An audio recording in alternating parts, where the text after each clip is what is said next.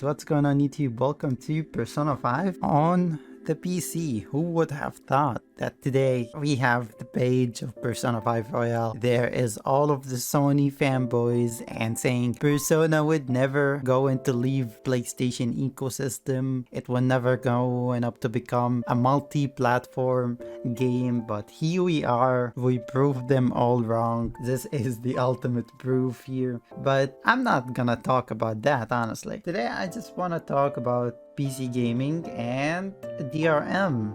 It says third-party DRM Denuvo. This is a DRM security program that basically doesn't allow you to share your games illegally on the internet. So basically, if you're planning to get Persona 5 Royale for free, you cannot get Persona 5 Royale for free, at least not at launch. With time, people crack games, at talented people on the internet.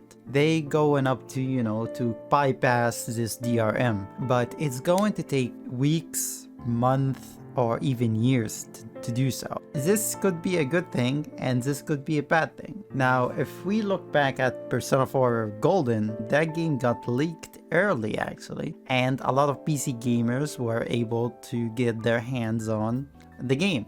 And that game was basically available on the internet on launch day. Did not really affect the sale of Persona 4 Golden. Still, Persona 4 Golden was pretty much like the #1 best-selling Steam game on that month, the best-selling JRPG game on Steam on that month. The game being out there on the internet did not prevent people from buying and supporting the game, because people wanted to show Atlas and Sega, we actually want Persona 4 Golden on the PC and we going to pay money for it. After that, Persona 5 Strikers, or like Scramble, got released into Steam as well.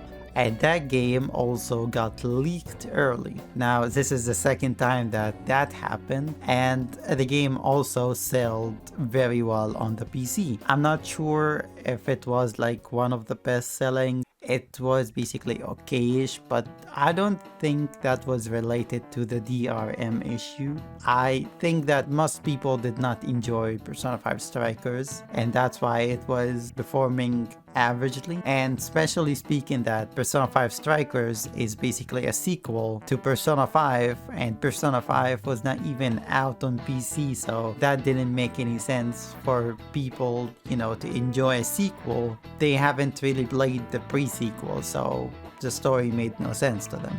That's why I believe that Persona 5 Strikers did not really succeed on the Switch and the PC. Let's just fast forward a little bit. We got Persona 4 Arena. That game got also the DRM but did not get leaked. That game, till this day, you cannot get that game, on the internet. So what is the result of that? Honestly, Persona 4 Arena just flopped like really hard. And I'm not saying that it's flopped 100% because of the DRM issue, but I'm saying it did play a huge part on my opinion. Every single customer who does not pay their copy, Atlas is basically losing money on that player. But that is not necessarily true. Let's just say that I played the game for free. And after that, I started to talk about the game. I started to inform my friends and, Discord servers, Twitter, Reddit, and all of the social media. I started to talk about the game. Basically, I am a moving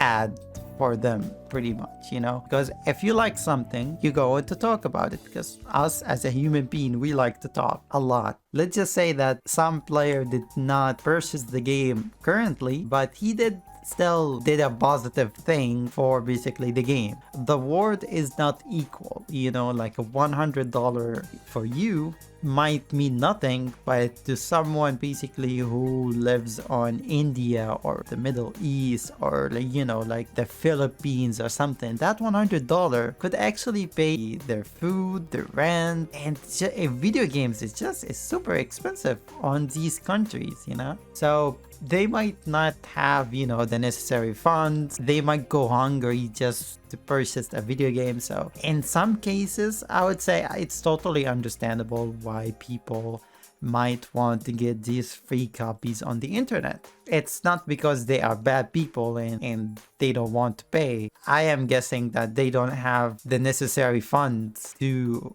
play that game. And maybe, just maybe, just like 1 month when basically they have the money, they can, you know, purchase the game and they can support the developers. And let's just say they do not purchase the game, but they still, you know, talk about it online and basically on social media and stuff. I'm not sure if this is a good thing or a bad thing. I'm just thinking, you know, do you think Persona 5 Royal is going up to get a DRM free leaked at launch? I think that is going to be pretty interesting launch for Persona 5 Royal. If it's priced at $60, I think I'm gonna skip Persona 5 Royal. But wait. There is something called Game Pass, so I just have to pay $1 and I can play Persona 5 Royal on PC. So it's the best value for basically my money. And it's not just Persona 5 Royal. I can get all kind of cool games on the subscription in there. So I get, you know, double the value for my money. I'm not sure if I'm gonna buy it on the PS5, honestly. Because $60 upgrade for 60 FPS, I don't think this is worth it. The DRM issue on Persona 5 Royal, I don't know if it's going to affect the game or not. And PC gamers who haven't played Persona 5 Royal, I think you're going to have a lot of fun with this game, honestly. This is one of the best JRPG games of all time, hands down. Let me know what you think down in the comment section. Are you going to buy the game? Are you going to wait for a discount? Or are you going to wait for the DRM free edition of the game for you to download? Then maybe when you have the money, you're going to purchase it on the future. This is gonna be pretty interesting to read the comments. Yeah, and that was everything, and I will catch you in my next video. Bye.